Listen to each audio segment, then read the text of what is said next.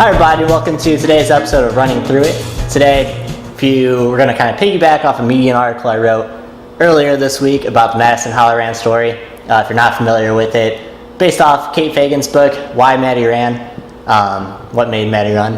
I get that title wrong every time. Basically, we're going to be talking about some mental health issues regarding student athletes and athletes in general. Talking about just general pressures against athletes that the normal population don't really have. And as a student athlete myself, I have a little bit too close of a connection to this story. But that being said, it's tough subject matter, so I brought in some help. This is Claire. Hi. So I am a student at Emporia State, and I am studying to be an art therapist and clinical counselor. So this is something that we talk about a lot in our classes. Also my girlfriend. And we both ran at Fontbonne University together, cross country, indoor and outdoor track. Where I wanted to start, a little bit of a recap because not everybody's familiar necessarily. Madison Holleran was a student at the University of Penn, track and field and cross country athlete, pretty much a star athlete in high school, and then in college had some difficulties getting adjusted to being a freshman athlete, but also just the general stressors of being an Ivy League environment, being a college athlete. Went through depression and anxiety and ultimately did not receive the help that she needed to receive for it and ended up committing suicide. So that being said, it's a difficult subject matter. So basically I just want to kind of explore that a bit. I felt like it's kind of like a long book review because I like the book a lot, but it's definitely pretty heavy. So didn't you have to take a break during it? I did have to take a break. It was tough because I probably read like 100 pages in a row, and then had to stop because it's a little bit too close to home, and then powered through the rest of it. So it's a good book. I don't like saying the word good because the subject matter isn't really good necessarily. Kept my interest. Let's just say it was well written. But yeah, my story as a student athlete, if you guys have been following me for a while, or if you read my article I posted earlier in the week, is basically, as a student athlete, I went through a lot of the same stressors, a lot of the same anxieties, and ultimately a lot of the same process that Madison Holleran went through, in that I had a lot of anxiety about school and just a lot of stressors on top of school, on top of being a student athlete, and on top of working my time in school as well. So ultimately there's that time crunch there, and it's that time crunch and wanting to be perfect at everything. So not wanting to run the best races, wanting to have a good GPA, wanting to actually have money so you can go out with friends. All that kind of adds into this giant pot of stress and anxiety, and ultimately you're either open with yourself, you go and talk to people about it, or you rolled your eyes when you said talk to people about it. Or you're just you're stubborn. I was a little bit stubborn. I wanted to fix the problem myself as part of my I feel like my general attitude with life is to try to do things my way. Yeah, I think that a lot of people have an issue with going to see a therapist or a counselor. Yeah. I think that the word therapist is kind of a dirty word.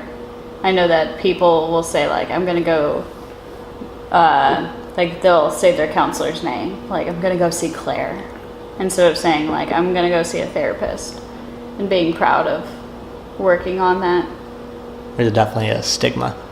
Kind of sucks. There's it seems like you're not normal because you're going to get help about your mental state of mind. Which is weird because actually suicidal thoughts or that idea is very common, actually. Yeah.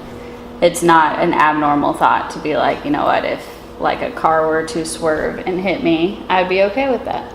I'd be okay with not being here right now. And that's actually more normal than people think it is. It's actually 95% of the population or something like that has had that thought at some point. And I think once you get to that point, you're at such a numb feeling, you're been in this anxious state for, I don't know, in my opinion, my personal experience, I was in such an anxious state for such a long time and not getting help for it, not talking to anybody about it.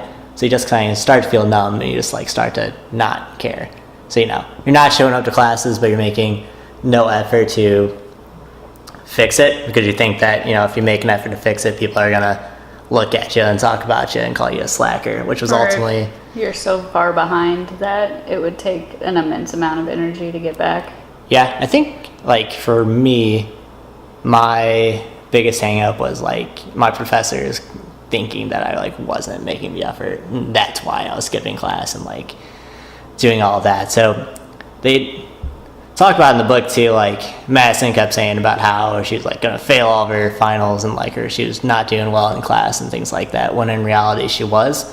And when you're in that state of mind, like, you're depressed, you're anxious about everything, you kind of like start to make things up in your head, and you start to convince yourself that everything's a lot worse than it really is. But it's not necessarily like you're making it up, because you genuinely believe that things are not great. Yeah. And feelings are true, no matter what. When you feel it, it means it's true.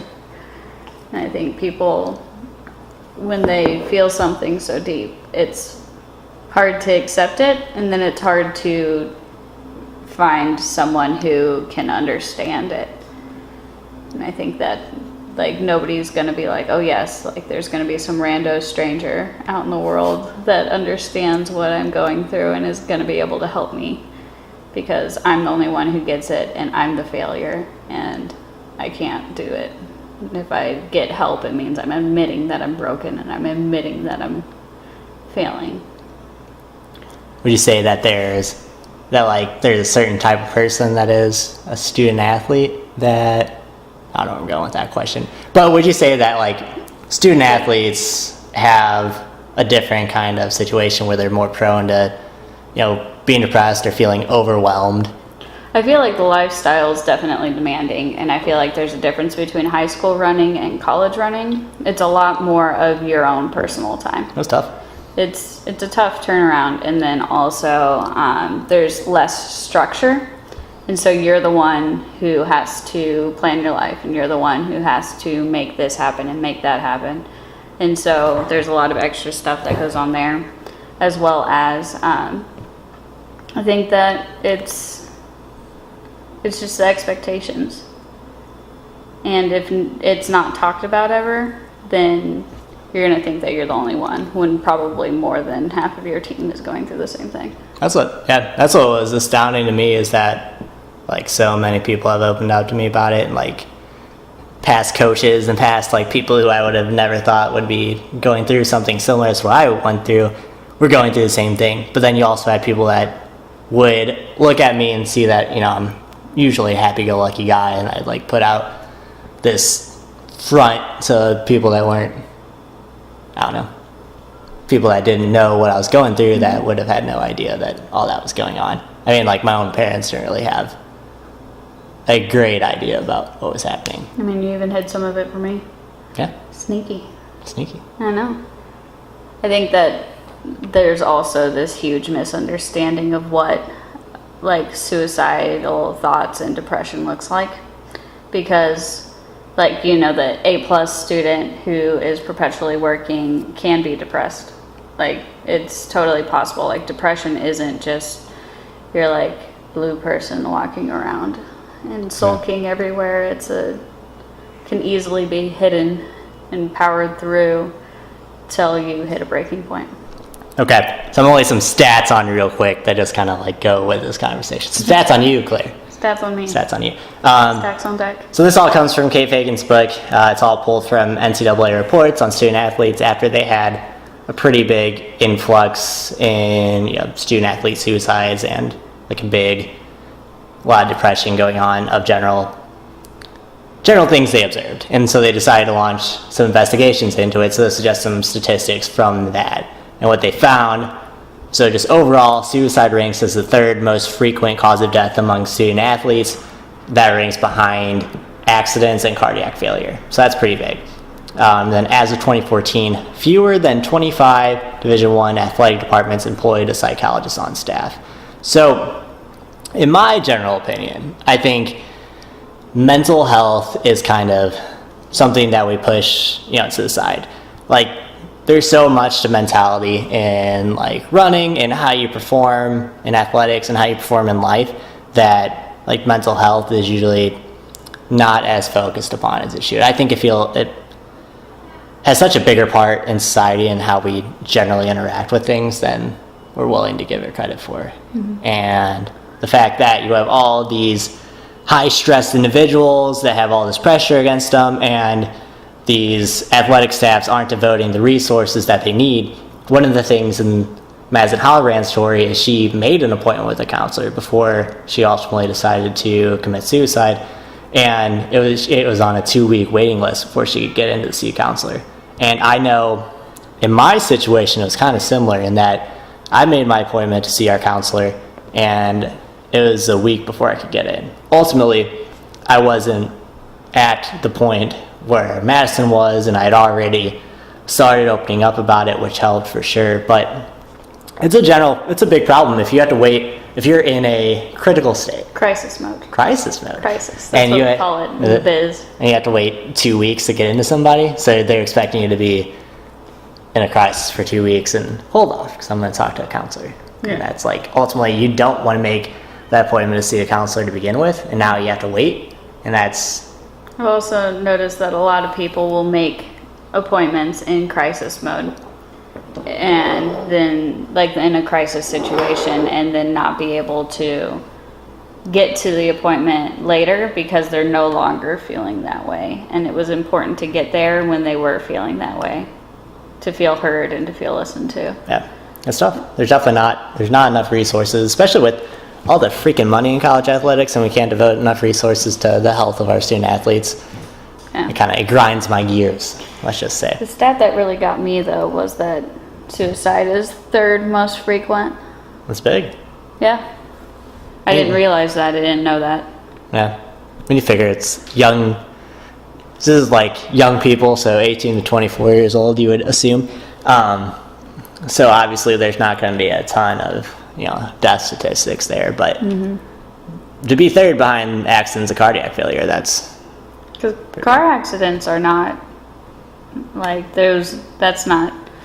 Yeah. I wouldn't be surprised if car accidents was on the list. It's the suicides that really, I was like, what? That's a lot. Yeah, it's a troubling statistic. It is. So to round off that statistic list, I didn't get through it. It was also 28% female student athletes, 21% of male student athletes reported feeling depressed. So essentially 1 in 4 people on your team are going through some sort of depression. 48% of female student athletes reported feeling anxious. So 1 in 2 female student athletes on your team are feeling some sort of anxiety. And approximately 14% said they had seriously considered committing suicide. So 1 in 6. Yeah. So if you figure you have a 30-person cross-country team, that's a lot of people on a team at any point in time going through something. You figured football teams are like 80 people? Mm-hmm. So, and not enough resources are being devoted to it. I would say, like, in our experience too, being a coach at Fontbonne and runner at Fontbonne, that number is almost conservative too. Yeah. Like we did have a smaller team, so that would make sense. The numbers wouldn't quite, that's your beer. The numbers wouldn't quite match up. Also, I think that, like, people underreport things, as well as, yeah. I mean, it's not something that you necessarily want to be open about, as we just talked about, but it's so normal, it seems that it would almost, like, society would accept it. Like, if more than half your team has anxiety, like, you'd think that there would have been a camaraderie built around that. Stigma is a hard thing to go against. Yeah. Claire. Guess I've been around it too long. Yeah, I think, from my personal experience as somebody who goes through it, even if, like, every person went through anxiety, like, especially to, like, I'm not the worst, but to, like, a crippling level at a certain point, you have these thoughts in your head that, like, you're not normal, like, this isn't, I shouldn't feel like this. So you're not going to want to, like, talk to people about that, just generally. So even if, like, every single person had some sort of crippling anxiety or crippling depression, not everyone is going to want to talk about it. It's like a personal thing. It's in your head, It's like, it's tough. Yeah. I don't know. I don't really know what else to say about it, but. What I also noticed in my internships and my like classes and stuff like that is that a lot of the times people, when they think somebody is at a like super low, horrible point in their life, they don't ask the pertinent questions. So like I've had teammates that have come to me very like in crisis and flat out asking them like are you suicidal? Like do you feel like it would be okay if you didn't wake up tomorrow? And stuff like that. Those are all very important questions that people think is going to plant a seed in somebody's head. Like if you ask them at some point that it's gonna plant the seed and they're gonna get the idea from you. And it's like, no, like if they're not already thinking about it, it means that they're like, if they're already thinking about it, you're not planting the seed. And if they're not, you're not gonna plant the seed. That's not the purpose of the question. And the question just honestly gets it out there. And if people were to ask more questions about people's mental state, just honest, flat, blunt questions, then I feel like it'd be easier to find out how many people on your team are having those issues. If, hey, how are you doing was more of a genuine question, not like an introductory. Yeah. Or like those trigger words, those I can't handle much more of this. Yeah. I feel like everything's gonna fall apart. I'm about to snap, and I wish all this would just stop. Like those are secret messages of people crying out for help, and we need to answer. Yeah. It's tough. Man, when I was reading that book, like there's a certain point where I started to kind of feel it, because I was going through, because what Kate Fagan does is she basically dissects Maddie's life, so it goes through a lot of her communications with her friends and things she was saying to her parents and all that, inside information, just because they had access to her iMessages and her emails and everything. And yeah, it is something. It's good, but you can definitely see, especially if you've been through it before, you can kind of see where that thought process is going. It's it's eerie to read that, and then to recognize it after the fact that oh shit. So the good thing about this apartment, Claire, is I don't know if you listened to the last podcast, but we had the streetcar going nonstop the whole time. So you get streetcars, you get helicopters. Yeah. You get kids screaming. I was trying to record the intro earlier today. Yeah. There were kids screaming out in the quad. No, outside. But in the quad area. Yeah, the windows aren't really soundproof. Now that we've resituated, it's gonna look like a giant jump cut because I just turned the camera more towards me. Yeah. So yeah, I think I'm gonna cut the video off here. I'm gonna talk more on the podcast for a bit. But okay. Claire, is there any parting words that you had to say for the video audience? Is there anything you feel like we didn't cover with this? It's just mostly being in tune with what people are saying and being able to ask those questions and to really look out for the people around you. Because there were points where Justin was sleeping a lot and was being distant and was pulling away, and I noticed that I was I wasn't 100% sure if he was going to class or not. But being able to ask and being able to be hey, what's going on in your noggin? I'm here for you.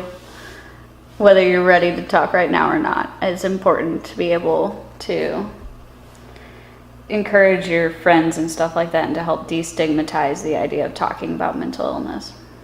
Yeah.